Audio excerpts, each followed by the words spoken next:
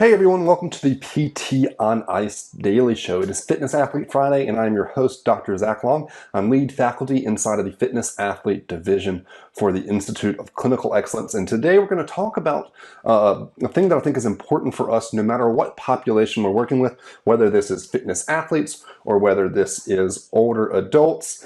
We need to understand muscle hypertrophy as physical therapists because so commonly one of our goals in rehab is to improve people's strength, and quite frequently we need to go after improving muscle size in order to accomplish that goal. So obviously we could be talking about an older adult with a significant loss of muscle mass, or we could be talking about a high school athlete after an ACL reconstruction where they've lost considerable muscle mass. We need to understand these variables in order to maximally serve our population. So that's where we're going today. We're going to be diving a little bit into some research. I will be flashing up on the screen here the titles of all of these research studies. So if you want to go back later, if you're watching on Facebook, obviously you'll see it live. If you're listening to the podcast, I'd encourage you to go back to the Facebook page if you want to dive deeper into these research articles, and you'll be able to see the title of it on the screen, and then you can go Google it or contact the study authors and get a copy of that if you'd like. Please do not contact us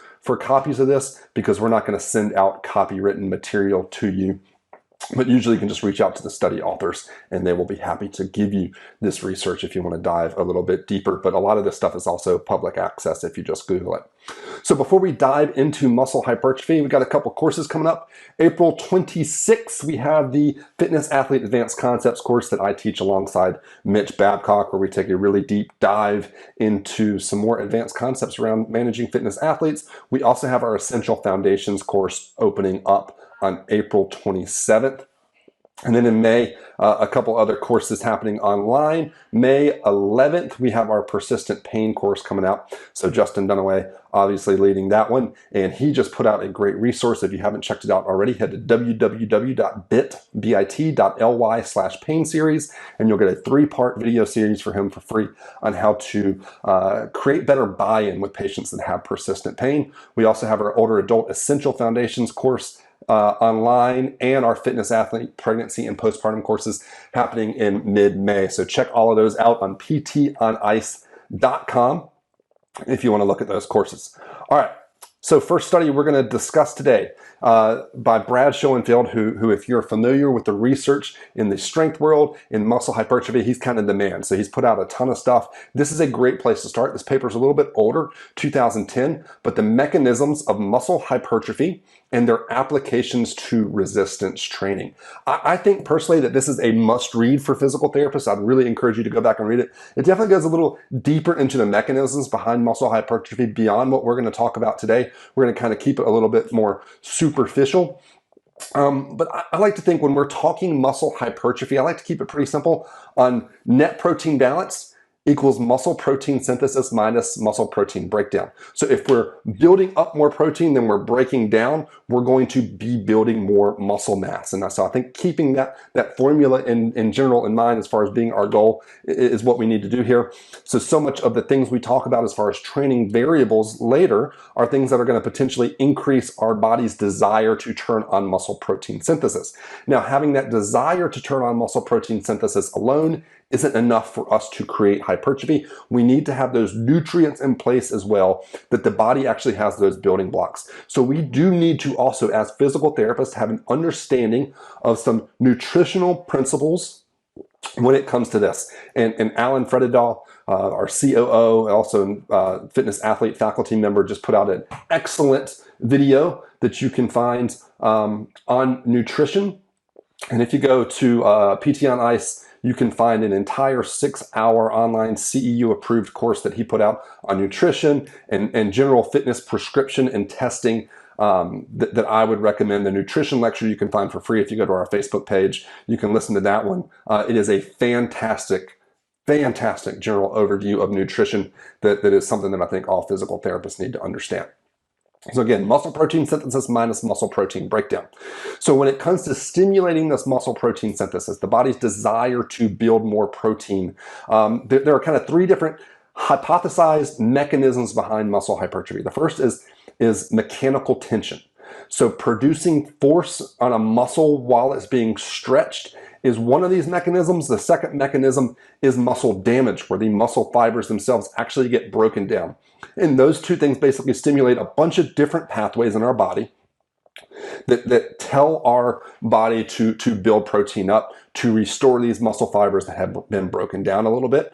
A third proposed mechanism is metabolic stress. And we could talk all day long about all three of these. I'm going to keep it very superficial for you here. But metabolic stress is the accumulation of lactic acid, is the accumulation of hydrogen ions. And this metabolic stress and hypoxia, or lack of oxygen coming to a muscle, there's actually a good bit of evidence out there showing that it can also be a significant player in turning on hypertrophy in the body. And that's where we're kind of seeing a lot of this research around blood flow restriction training, which hopefully you've seen a little bit about, comes from, where we don't need heavy loads to create hypertrophy effects. That can also happen when we have a lot of metabolite buildup.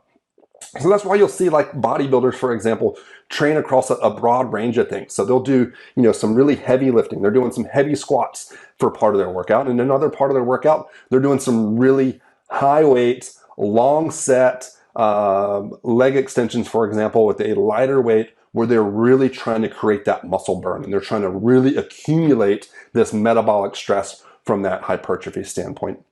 Again, that research article there is a great one to read as far as a general overview. Now, what I really want to do is spend some more time talking about the training variables that we can manipulate when it comes to creating a hypertrophy effect. And so this will kind of be the second place to start here. Strength and hypertrophy adaptations between low and high load resistance training, a systematic review, and meta-analysis. So what we've all kind of seen traditionally is certain recommendations when it comes to programming for strength and programming for hypertrophy. So typically, if you look at a lot of recommendations for hypertrophy traditionally, they would say that loads greater than 70% of somebody's 1 rep max are required to create strength and hypertrophy adaptations. And then you would always see these little charts that said this is the strength range. So typically that would be lifting between your 1 and 5 rep max is a strength range, and lifting between your 6 and 12 rep max is a hypertrophy range. Well, there's been a lot of research that has now come out and is significantly challenging that in a lot of different ways. And so this is one of the articles that kind of outlines that. So we're looking at what happens when we lift different loads from a strength effect and a hypertrophy effect. And so if we think about this from the principle of specificity, if we're training for a specific goal, the closer we are to actually being at that goal, the more specific our gains are going to be. So if our goal is strength, it is important for us to realize that lifting heavier loads is going to be more specific to that goal. And the research supports that lifting heavier weights does a better job of creating maximal strength. But this research has also shown, interestingly, that lifting lighter loads that are less than 60% of an individual's 1 rep max, can still create maximal strength gains. I think that's incredibly valuable for us as physical therapists, because we have to understand that so often people are coming to us injured and we cannot load those tissues to high levels. To me, this is really good news here. It means even if we're stuck lifting lower loads, if we take this to really high levels of effort, we can still create maximal strength gains. Now, obviously, over the course of somebody's rehab, as those tissues tolerate loading a little bit more, we want to progress them more towards where we're lifting those heavier loads. But this is really, really good news in those early stages of rehab. This means when somebody can only tolerate doing a glute bridge and they can't tolerate doing, deadlifts at 85% of their 1 rep max, that we can still create some strength gains, especially in untrained individuals, but we have to take this up to a high level of effort. So we're still pushing that volume. We're still getting to where we're struggling on those last few reps. Now, when it comes to hypertrophy, though, we see something different. So in strength, heavier loads are a little bit better. When it comes to hypertrophy, we actually see a similar effect between lifting heavy loads and lifting light loads. And so we can create a hypertrophy response even when we can't lift loads greater than 70%. So we don't have to follow that traditional model. When somebody's early out from an ACL reconstruction and they can't tolerate heavy loads, maybe they can only do mini squats. What are we doing? We're doing a lot of reps of those mini squats, taking it up to a high level of effort. So we're still stimulating the body to go and create a hypertrophic response. Now, I do think it's important to note here that there is some research that says that there are some potential fiber type changes that happen here, that maybe lifting lighter loads or heavier loads may bias certain fiber types a little bit more than others. But that's why we'll see like bodybuilders, for example, are going to train across a spectrum of rep ranges there to maximize their hypertrophy response. But that is another good article to go read and check out a little bit more there. So next, I think the really important variable when it comes to muscle hypertrophy is understanding the relationship between muscle hypertrophy and volume.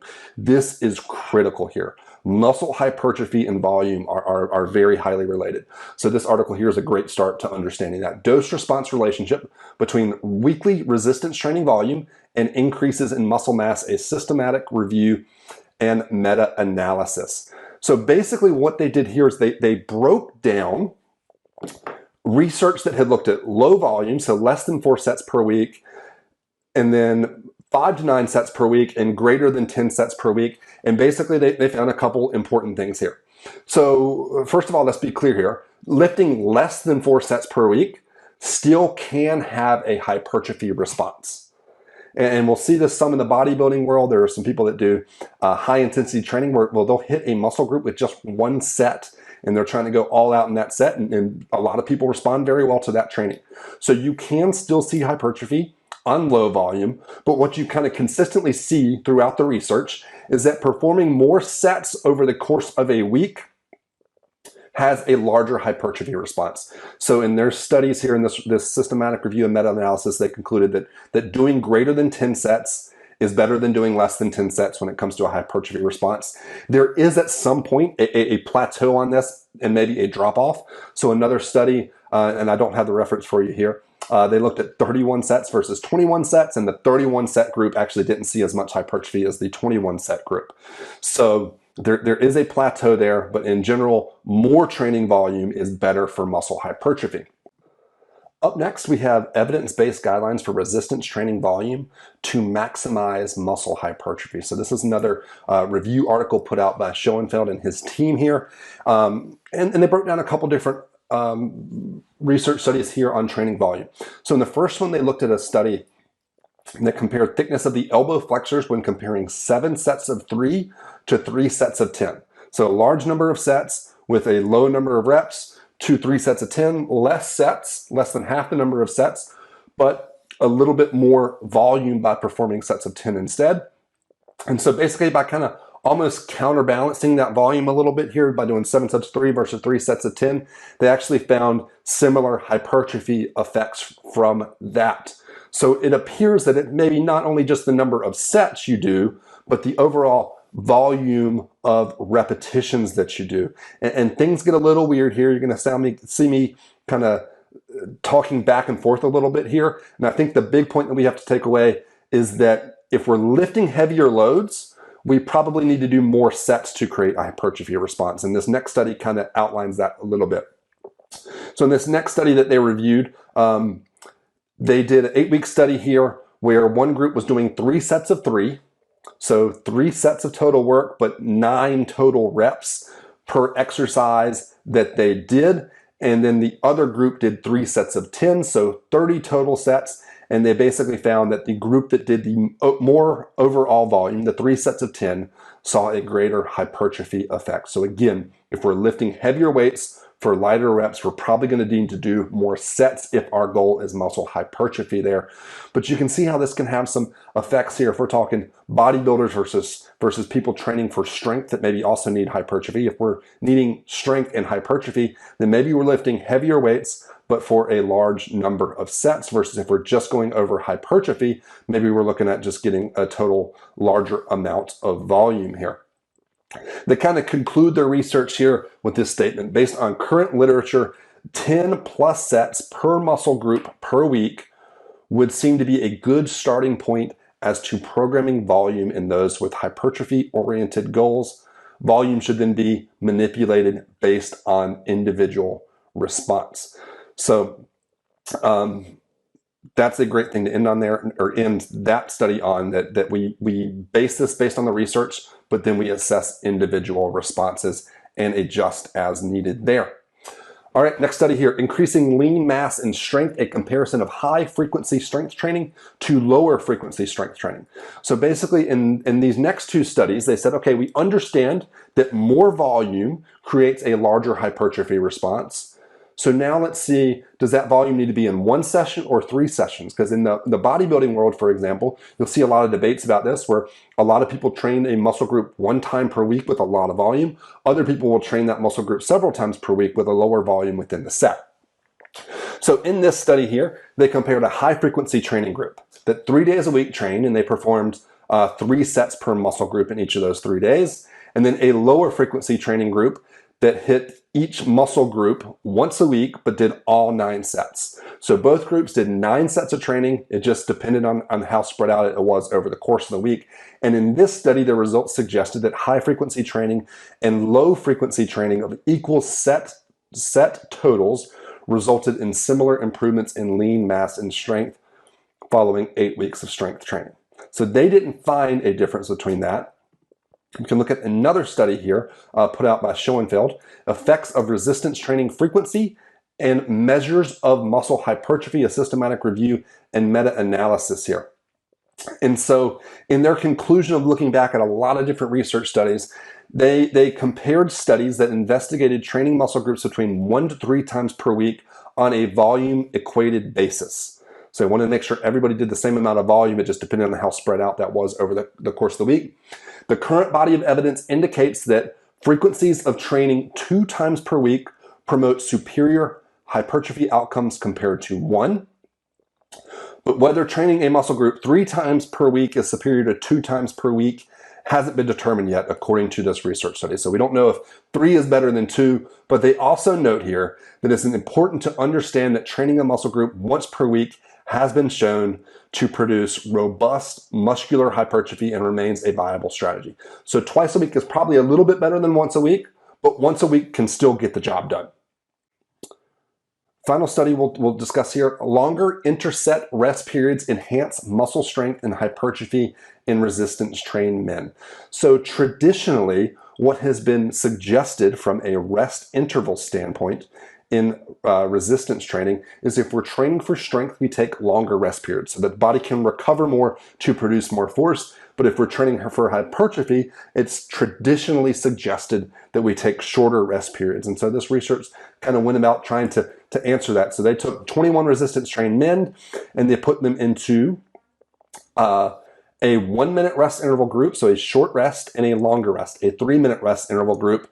And then both groups worked out with that amount of rest. And they basically kind of confirmed what we've traditionally thought, that if we're training for maximal strength, longer rest periods work better. But kind of contrary to traditional thoughts, they found that longer rest periods, this 3-minute rest period, was also better for muscle hypertrophy.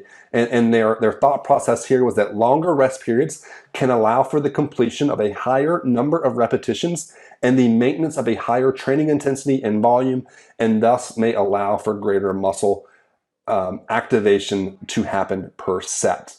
So they found that this 3-minute rest period produced superior muscle hypertrophy outcomes than 1 minute, but it's important to note that this was challenged by 2 other studies. And these 2 other studies had different methodologies behind them. And so this is the very difficult part when you're talking about muscle hypertrophy. So in these 2 other studies, one of them had a 2-minute rest and 5-minute rest, and they found that the 2-minute rest, the shorter rest, had a better effect than 5 minutes. The problem there is we didn't compare the same time intervals. So the idea there could be that maybe 2 minutes is enough. The other thought here is 5 minutes was a lot of rest, and they actually had both groups do the same amount of volume. So let's say they had individuals do 50 reps. If you take shorter rest periods between your sets, that 2-minute rest period, you're probably not going to get as many reps done in the next set. And so if you're working up to the same amount of volume, that same 50 reps, then it's probably going to take you a few more sets to get all of that done. And as we covered earlier, when we do more sets of work on a muscle group per week, we see a larger hypertrophy response. So that makes this kind of a little bit of a muddy water. And we kind of see the same thing in the other study that challenged that as well, where because it was volume and changes in time intervals, they basically ended up having the group doing shorter rest periods do more sets. So it wasn't kind of comparing apples to apples here, but that is a very interesting thing to think of, that we probably want to be maybe increasing our rest intervals a little bit more when we're talking about muscle hypertrophy. So I think in the rehab setting, this is a great way to think about, all right, if we're doing an exercise specifically working on muscle hypertrophy, how do we go about, using those rest periods? Maybe we're then having them do some mobility work in that 2 to 3 minute rest period between sets, or maybe we're working on some motor control stuff in between it. And so those are some fun variables to play with people. Hopefully, all of those research studies provide some really good thought process behind you to improve your exercise prescription in the clinic. I do want to recommend again that you go to ptonice.com and check out Exercise Physiology Redux, which is put out by Alan Fredendahl. It is a great 4-part series worth 6 CEUs to help you better understand nutrition, exercise testing, and exercise prescription, which is something that is the foundation of so much that we do as physical therapists, and Alan's done a great job of putting that together for you. So check that out. As always, all of our courses on ptonice.com. Have a great day.